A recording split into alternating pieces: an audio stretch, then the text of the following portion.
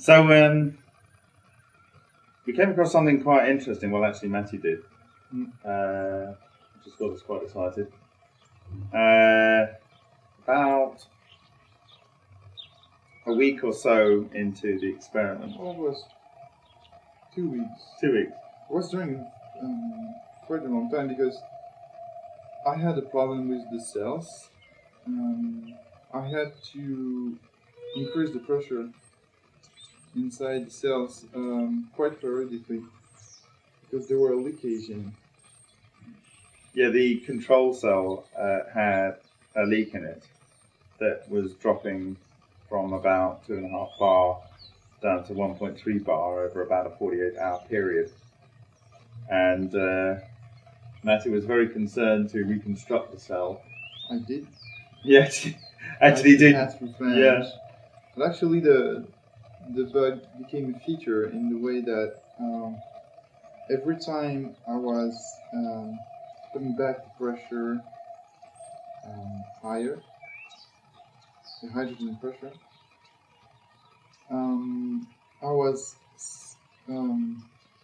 seeing on the Geiger counter an increase in counts quite rapidly, and then standing up and then leveling off was lasting few milliseconds or even few seconds for the burst, then 30 to a minute for the longer trend, higher trend, and then it was settling down for the rest of the load. So I reported that to my friends at MFMP, and Bob got very excited. Well, yeah. So you were seeing kind of like background in your lab at about 22 to 30, something around that kind of range. Maybe dipping down as low as 12 or 13. Yeah. Mostly sitting around 22 to 25. Mm. And what were you seeing it go up to during these apparent bursts? The apparent burst was in the range of, it's not exactly a number, it's a number of counts per second, rather than a count per minute. Yeah. That was very important, because I had something like 10 counts in a very, very short millisecond period of time, whereas it doesn't happen usually. And then I had something like 40 to 50 counts per minute, which is twice the background. For about a minute, then it was settling down every time. And I saw that consistently over time. So I thought that was very interesting. What was the sort of peak counts per minute it reported? The very first burst, it's not really a count per minute because it's too. It's small. It should be a count per second. Yeah. This is what I want to do with the gamma spectrometer. It's evaluate the counts per second for the burst. Right. If there is any. Right. Because the problem with the Geiger counter I'm using, it's a 1 kilo EV to 1 MeV. We evaluated that with Larry Forsley, and the system is quite simple and quite reliable, but it tends to be very sensitive to background radiation, and it's not 100% sure. It's a very cheap Geiger counter. But if it's doing from any scientifically. Yeah. So if it's doing counts per minute and it's sitting there at say 25 counts per minute, and then suddenly it reports sort of 50 plus counts per minute following a short burst. The law of averages means it's receiving a very large number of counts in a short space of time, and then that holds and then drops back. Yeah. Because it's averaging over a minute. So the burst, with the counts per second, it would be a much more significant departure. thing. So anyway, I was really excited because basically it's kind of showing that there's a low energy nuclear reaction going on in there. That's assuming it's occurring. And so we set about trying to find anyone that would provide us with a sensible sodium iodide, thallium-doped, crystal-based detector. And these work effectively by when you have the gamma ray pass through the crystal, it creates a photon or photons, and they get multiplied in a photomultiplier tube. Quite luckily, Jean-Paul Biberlian was holding a detector for quite some time, without having the possibility at the time to fix the electronics behind. So he provided me the probe, and this week with Bob we went through the quite successful endeavor of finding a spectrum analyzer. Mm-hmm. Yeah, it's a company in Australia called Gamma Spectacular. Yeah, run by a fantastic guy called Stephen. Yeah, we called him several times, and he was very knowledgeable about this kind of thing. So we're also very fortunate that EarthTech in Texas, they had contacted us a couple of weeks previous and said, look, we did a lot of work in LENR for a number of years. We have the mother of all calorimeters, and we're getting back into studying this science. They became aware of our project and contacted us and said, we're just becoming familiar with the work you've done, and is there any way that they could assist us or collaborate with us? And from what I understood, they have quite a lot of experience in gamma spectrometry. Huge. It's one of their specialities. And so Melissa there, we had a bit of dialogue going, and I said, look, we have this sodium iodide detector, but we have no way of driving it, and actually no means to afford the normal means of driving these things. But that Mathieu had identified this product from this company called Gamma Spectacular in Australia, and we need to kind of, if you can help us, that would be great. And to our surprise, they came back and said, yeah, no, we'd like to do that. And so they helped us identify along with Stephen at Gamma Spectacular, what was needed to drive this detector. And they said they'd pay for it. So thank you to EarthTech and Melissa there particularly, and thank you to Stephen at Gamma Spectacular for assisting. So hopefully in about 10 to whatever days, we might have everything we need to do a really decent test. So it's essentially what we were doing is, whilst we were exploring this, we were raising the power in the cell. It was producing a sensible amount of apparent excess with the wire on the active wire between 22.5 watts and sort of 35 watts, was it? On the one wire, really. The other one just had a control current on it.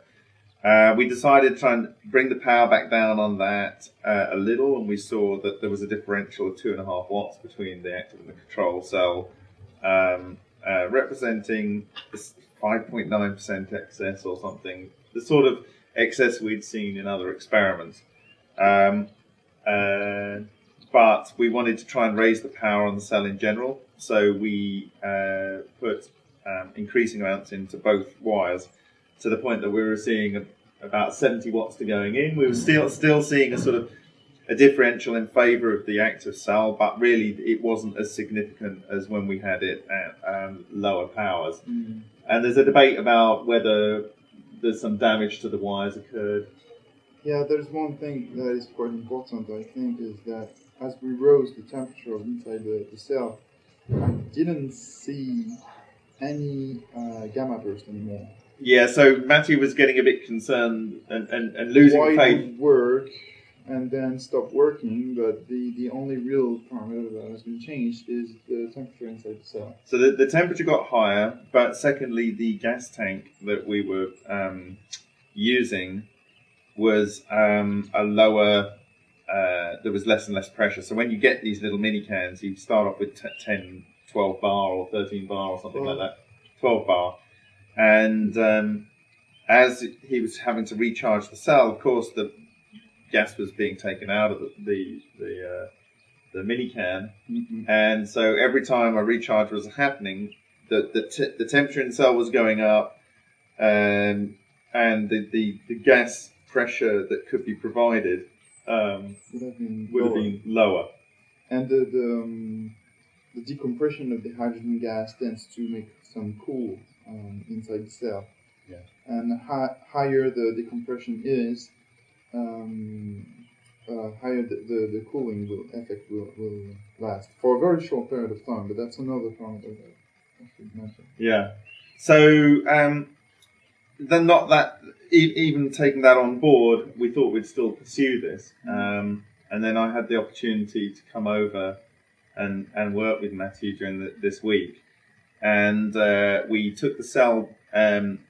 Well, firstly, we found Francesco. So, to give you context about why this was so exciting when first Mathieu told me that he thought he was seeing something, was that if you recall, there was an incident where in I think it was January the 14th, 2011, the original demonstration by Ficcardi and Rossi of the ECAT in Bologna. The public knowledge of the story was that Francesco Celani was there with some gamma detectors, and he tried to switch to spectral mode, and he was politely or forcefully asked to cease doing that. There's a lot more to this story. Essentially, they were sitting in a room 7 to 8 meters away from the reactor. There's about 50 people that were personally invited by Ficcardi and Rossi. And they were behind a closed door with the ECAT in another room. And he had a cheap, like Geiger-Müller type counter on a battery, Mm-hmm. and he also had a 1.5 inch or 1.25 inch, I think, sodium iodide thallium doped battery operated. It's a bigger probe, but you have the detector on it. Yeah. So it just tells you the number of counts. In the mode he had it set, Yeah. and because in Frascati, where he normally works, the counts I think are something like 120 per second on this sodium iodide detector. Yeah, the background. The background. But in Bologna, that's because of the geology in that area. In Bologna, the counts are normally about 60. But it's in that kind of order. So we had it in the range up to 1,000 counts per second configured. And so we had both of these detectors on, kind of like waiting for Rossi to come out and tell them that they could go and see what was going on. And for a short burst, both of them went over 1,000 counts per second and started throwing their alarms up. And Francesco and some of his friends said that this is a little bit concerning. Maybe he's got a radioactive source in there. Yeah, well, at that time he was still pretending that there were no nuclear. No nuclear. Effects. So it was in total contradiction. And there were sound at the same time Bob was saying it, but the 1,000 count per second was the maximum reading on this. So it could have been way more than 1,000 counts per second. A lot more than that, and 1,000 counts per second is a huge value. And essentially, they were actually considering running from the building. I mean, because of the seriousness of that level of radiation in such a short space of time. Well, actually, they didn't. The signal very quickly died back. And as Francesco says, it's either a nuclear event locally or it's a solar flare, directly incident at the time that he happened to be doing it. Some cosmological coincidence, which is extremely unlikely. So just a few minutes after that event, Rossi opened the door and said, like, you can come in now. It's ready. It's switched on. And so they went into the room, and Francesco carried on with the counts per second and brought the detector close to the reactor. And at that point, it was about 50 to 100% more than the background radiation during the reactor's operation. And then he thought, well, okay, so it seems to be there's an increased count here. Let's switch this sodium iodide detector to spectral mode to try and get some understanding of what's going on in the reaction. Spectral mode that will give the energy of the gamma that is detected, and knowing the energy, you're able to define what reaction was occurring inside the system. So basically, Rossi did not like this. He knew what this meant, and so he asked Francesco to stop, essentially. So we'll just wait until the bell has finished tolling. It's noon. Yes, it's noon. It's noon here in southern France. That's why we're squinting at you. So anyway, so are we done? Yeah. I think we are. You're gonna have 12 more in 1 minute. Good. Okay, let's see what we can do in a minute. So essentially, that was the event that happened in Bologna, and then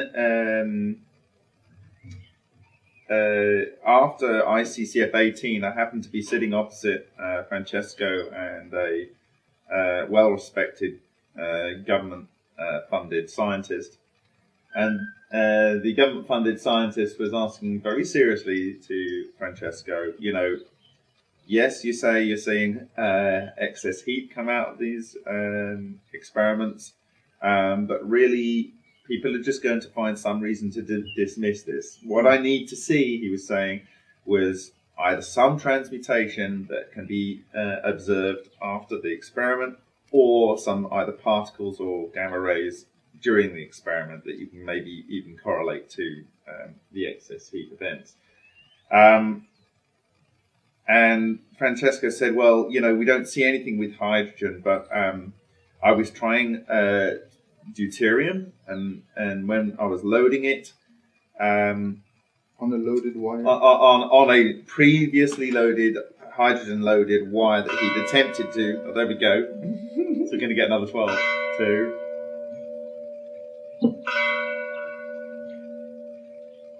This is deliberate suspense.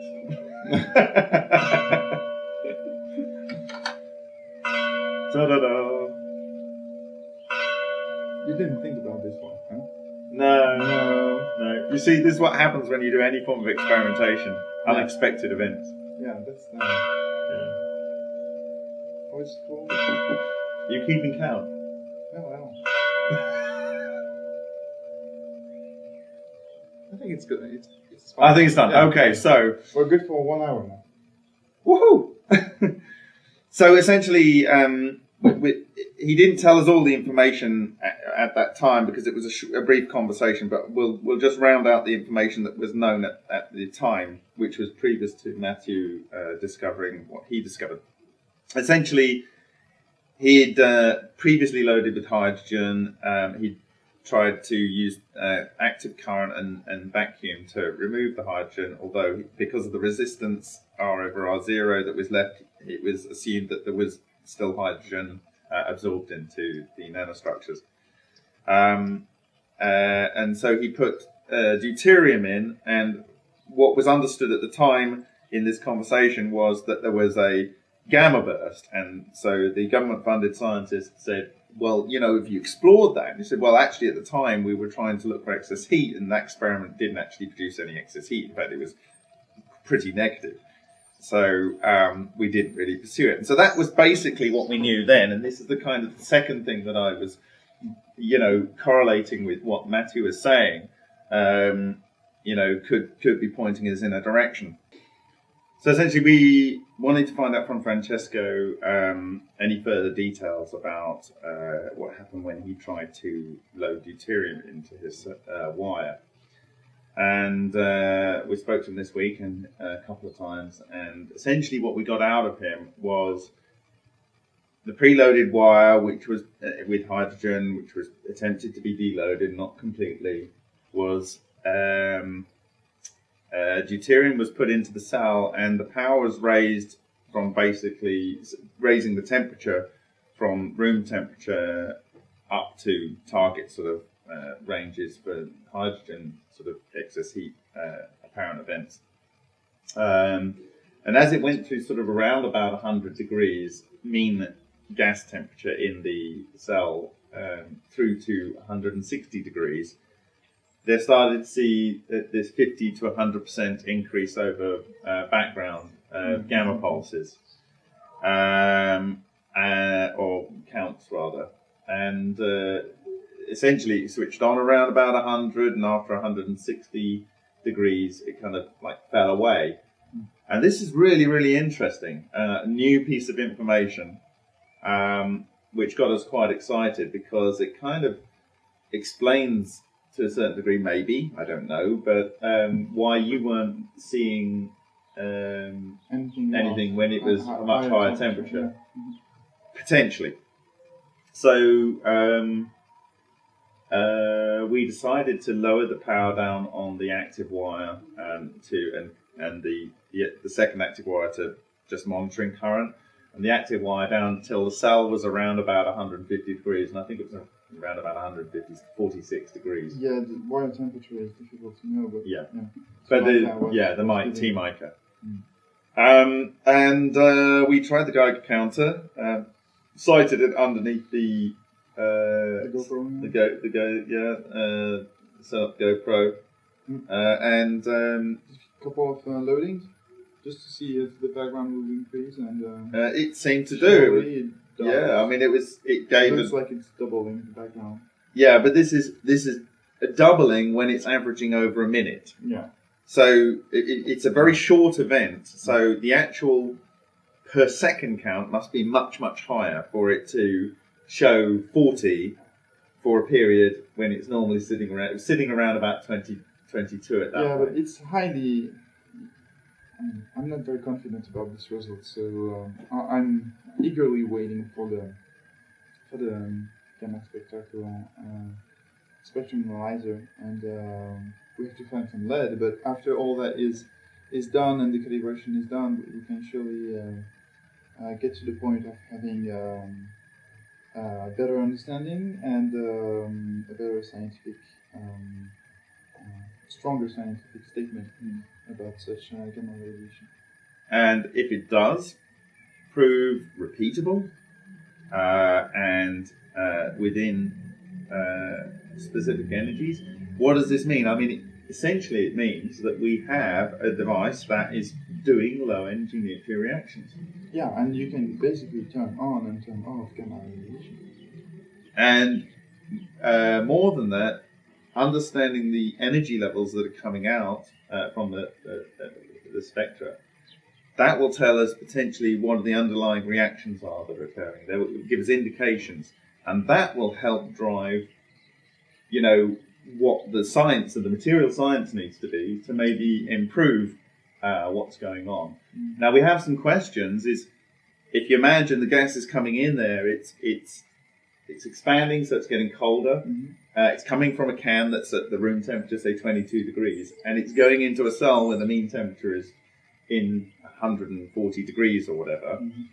So it's a cold shock, but of course it's rising from, say, 1.2 bar or 1.1 bar up to, say, 2.7 or 3 or whatever.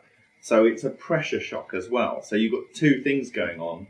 Temperature shock and pressure shock at the same time. And then there's another question, is the fresh gas coming in that has potentially a very small, minute quantity of fresh deuterium in there, is that playing a role? So is it deuterium related to Francesco's? Is it more a thermal range-based event? Is it a thermal shock event, or is it a pressure shock event, or a combination of all three? So we're devising experiments to test these various theories. The thermal and pressure shock can be tested by cooling the gas before it comes in, or heating the gas before it comes in. So we can either accentuate the differential in temperature by cooling it, or try and get it so that the gas goes through a heat exchanger as it comes in, and it's the same temperature, but you're changing the pressure only. Then there is the option to use extra deuterium in the injection gas, which Ryan's going to explore by getting some deuterated water and electrolysis that produce some higher concentration of deuterium. And because the natural deuterium in normal electrolysis from water is extremely small, quite small, fractions of a percent. You don't have to add a lot more for it to be a very significant increase. So, and also, is it hydrogen that may be the trigger here? So, if we use, say, helium, and that's cold and that's changing the pressure, you're taking hydrogen and deuterium addition out of the equation. So, we've got quite a few experiments, but the key experiment is to try and find the energy levels. Yeah, and from my understanding, it's a step-by-step process we're getting at. Now we've been consistently showing that cells are expelling more energy than a dummy cell. Mm-hmm. And on a control. We're getting to the point of having emission of a gamma ray. Mm-hmm. So that would prove at the same time excess and ionization emission. Yeah, and nuclear reaction. And if we are able and smart enough to find the energy of the gamma ray, we can go back to the reaction itself, then do some mass spectrometry on the samples, and try to find and try to scientifically prove that we have such kind of experiment giving such kind of reaction.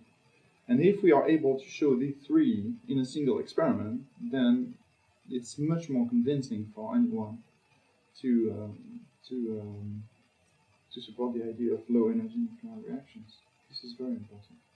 And as another thought experiment, if we say that it's potentially a pressure-related thing more than a temperature shock thing, or both, Rossi is cycling his temperature of his cells. Yeah. And turning on the thermal gradient. And it's a very small volume, and so is Deucalion's a very small volume, and pressure is PV equals nRT, is it? Something like that. PV equals RT. Yes, PV equals RT. Yeah, okay. He's a scientist.